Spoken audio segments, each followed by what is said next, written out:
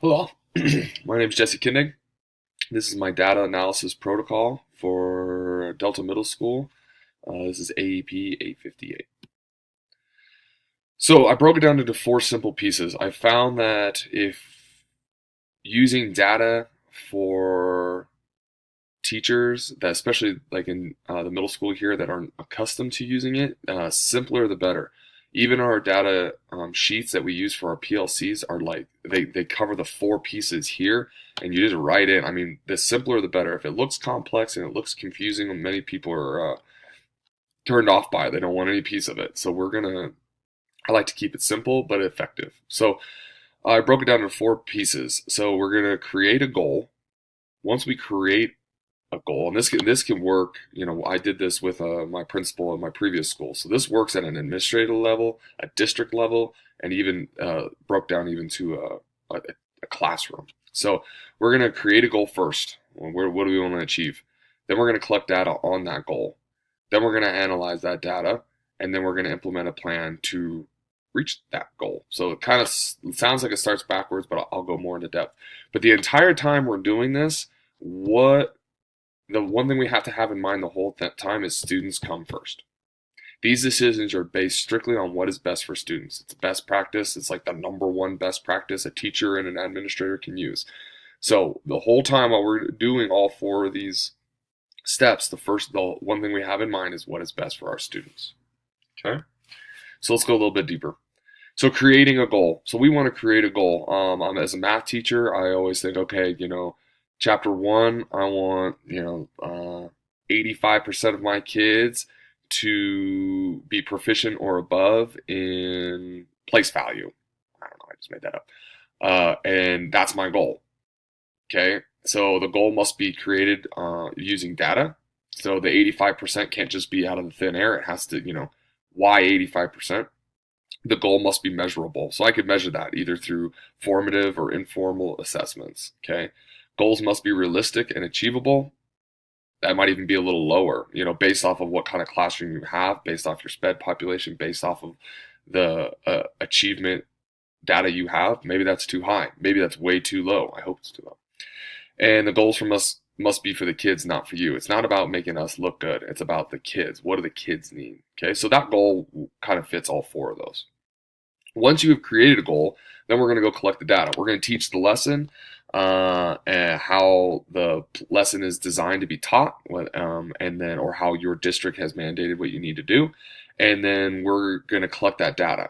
So collecting that data towards that 85% achievement would be, I could do it in formal or informal assessments. Again, this needs to be decided before you go into the classroom. You can't just be like, I think I'm going to just do like a thumbs up, thumbs down thing today.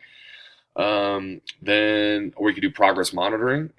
We could do a perception survey or an observation log, depending on what your goal is. So based off the goal that I gave for my example, it would probably be a formal or informal assessments, exit ticket, a unit test, a quiz, something like that. That is data I can have in my hands, numbers, a percentage that I can say, okay, boom, he's got it, she doesn't. She's got it, he doesn't. Okay. Then we're going to come back and we're going to meet as a group, hopefully during like a PLC, and we're going to analyze that data. I come to my table, I come to my group, here's all my data, here's what my kids have performed in. This needs to be done as a staff or a team, I believe. Many people have a different take on it, but collaboration's huge. Sometimes you're too close to the situation to break down this data. Sometimes you're just frustrated based off the data and you don't actually realize how good it might be or how bad it might be. So having an extra set of eyes and ears is huge there. You're looking for trends and correlations to the curriculum. You're looking for trends, maybe what set of kids didn't pass, what was going on at that time. Was it an in-school thing? Was it an out-of-school thing? Were they SPED? Were they ELL? Were they free and reduced lunch? Were these your high students? What are you seeing that is hopefully a trend that you can find? And then you got to come up with what caused the outcome. Why did these kids get it? Why didn't they? Is it something you did?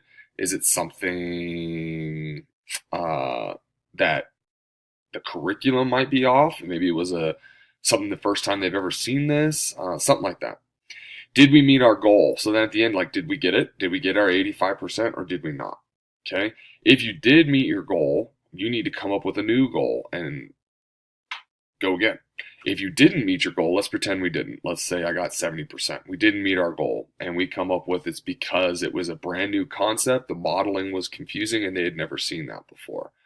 So where do we go from here? Okay, so then you implement your plan. As a staff, you decide, okay, here's what we're going to try to change in our instruction. Based off this data, this percent did not make it, and we believe it's because of this. So we're going to go back, we're going to make changes to our instruction. Maybe we do small group. Maybe we do whole group. What are you going to do for that percent that didn't make it? Or even the percent that borderline made it or didn't make it? How long is this going to take? We got to put a time frame on it. You can't just do it until you get it. Like we know this. We have to put a time frame on it. How will we collect data? Again, is it going to be an informal or a formal assessment? The data has to be consistent across all classrooms. Who will collect the data? Most likely me. And what are you going to do with the kids that have already met this goal? You can't just forget about them. How are you going to push them? Are you going to move on to another assignment? Are you going to enrich that assignment? Are you going to push them to another level of that? Are you going to shoot for mastery? What are you going to do?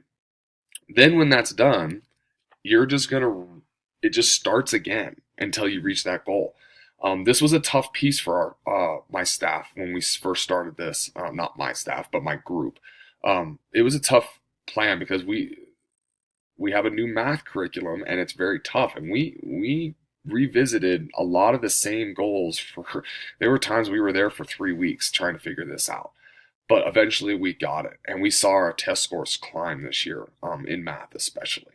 So it's a patience game, okay, and it's a understanding that no one's perfect, and that we're gonna get our kids to where we need to go as a group. I even had some of my we're split. So like I just teach math, and so departmentalized is one of the word I'm looking for. But we have teachers I had ELA teachers helping me, like, hey, Mr. Kinney, did you try this? Sometimes when my kids aren't getting things, I try this, and I'm like, well, that's in reading, but I'll give it a shot, and boom, it would work.